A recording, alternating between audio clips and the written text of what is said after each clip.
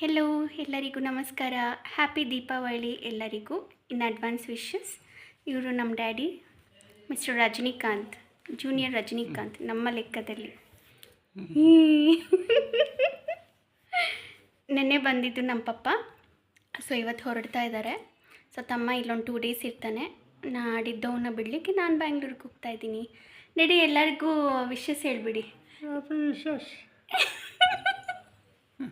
ದೀಪಾವಳಿಯ ಹಾರ್ದಿಕ ಶುಭಾಶಯಗಳು. ಅಷ್ಟೇ ಅಷ್ಟೇ.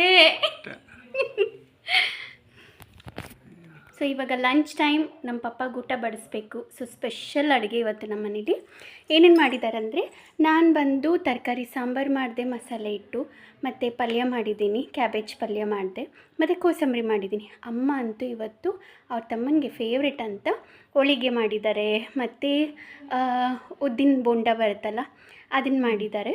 ಸೊ ಇವಾಗ ಜಸ್ಟ್ ಬ್ಯಾಟಿಂಗ್ ಒಂದು ಮಾಡೋದು ಮಾತ್ರ ಈಗ ಇಂಪಾರ್ಟೆಂಟ್ ಇದೆ.